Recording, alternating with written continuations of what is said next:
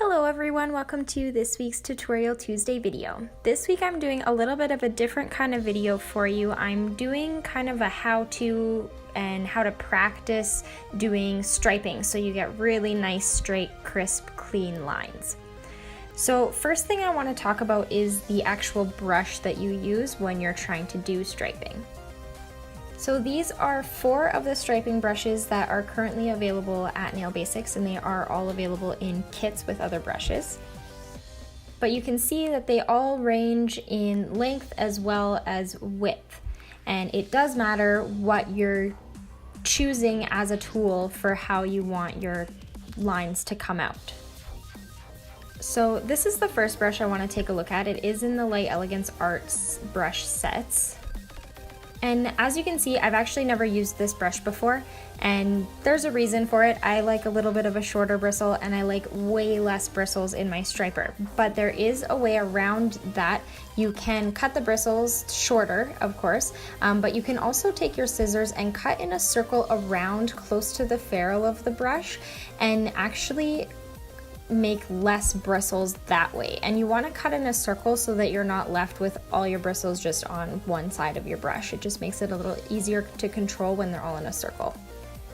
So after you customize your brush, you can see here I have a fraction of the bristles that I had before. They're still not totally staying together, but once I get some gel in here, I won't have a problem with that anymore. The second thing that's really important when you're working with striper brushes is having a tile of some kind. This is just a ceramic tile from like Home Depot or wherever, but you can use any kind of glass tile or even just a smooth surface.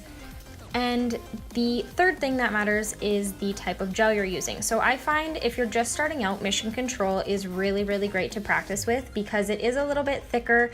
It does have a very great opaqueness to it, so you won't be struggling trying to get a nice dark line, especially with the black. And the first thing you want to do is just take a little bit of your product out and put it on your tile. And then you're going to take your brush and you're just going to actually roll it in your fingers and roll it through the paint while you're pulling through it. So you're going to end up with some lines on your tile of paint, and you're doing it like this so that you're evenly coating all of the bristles on the brush, and you're also kind of swirling the bristles together so that when you pull them, nothing pops out anywhere. So then you can see once you've loaded your brush that there's a nice thin even coat of gel along your bristles. So when I'm striping, what I like to do is actually kind of lay my brush onto the nail so you're getting more surface area, more contact with the brush on the nail, and then pull the brush at the same time as slightly rotating your client's finger. This combination of rotating the finger as well as sliding the brush makes it easier for you to have a nice steady line.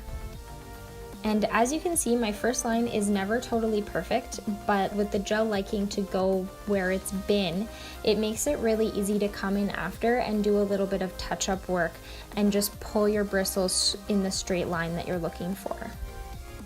Next is this big honkin' brush, sort of similar to before I customized this last one, but I wanted you to see it is a little bit more difficult to work with. First of all, just loading it takes a little bit more, and then actually drawing your lines, you get a thicker line with it, so it definitely does have its time and place, but I would recommend starting with a smaller brush to begin with.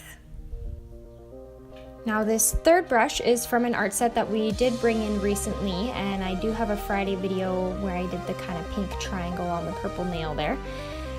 And same thing with this one, it does have a nice amount of bristles to begin with. You could use a little bit less, but it's not bad, and again, a little on the long side, but not bad. So this one gives you sort of that in-between, that medium kind of stroke. And then last but not least, this one is my bread and butter. I absolutely love this striper. Thank you so much to Light Elegance and Selena Rydam for coming out with this one.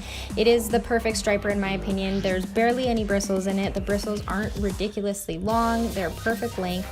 And it's really great for giving those super fine lines when you're trying to do a smaller line instead of something a little thicker. And then of course you can stripe with anything. So buttercreams are my second choice to Mission Control. They're again thicker, not quite as pigmented in my opinion as Mission Control, but still give really great opaque lines. The Light Elegance gel paints, also really highly pigmented, give you those nice straight lines because they are a little thicker. All three of those are really easy to work with, especially if you're just starting out with striping. And then of course you can stripe with any colored gel as well. I just find with the thinner viscosity, and some of them aren't quite as opaque, they're a little bit more on the advanced side for striping.